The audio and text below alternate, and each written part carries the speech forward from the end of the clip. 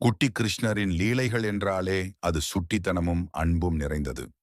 கோகுலத்தில் கிருஷ்ணர் தனது அண்ணன் பலராமன் மற்றும் நண்பர்களுடன் விளையாடிக் கொண்டிருந்தார். கிருஷ்ணர் மிகவும் சுட்டியான குழந்தை. விளையாடிக் கொண்டே இருந்தபோது திடீரென தரையில் இருந்த ஒரு பிடி மண்ணை எடுத்து தனது வாயில் போட்டுக்கொண்டார்.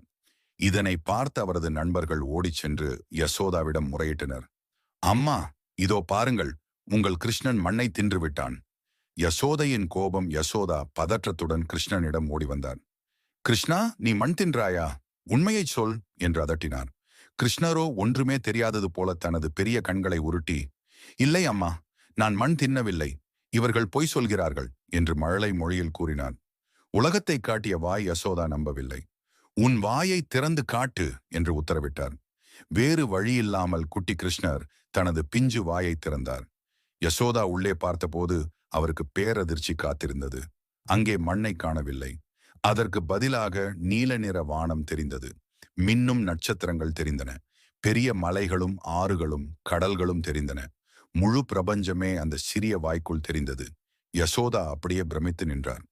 தனது மகன் சாதாரண குழந்தை அல்ல, அவன் பரம்பொருள் என்பதை ஒரு நிமிடம் உணர்ந்தார். ஆனால் கிருஷ்ணரின் மாயையினால் அடுத்த கணமே அதை மறந்து மீண்டும் அவரை தனது செல்ல மகனாக கட்டி அணைத்துக் கொண்டார்.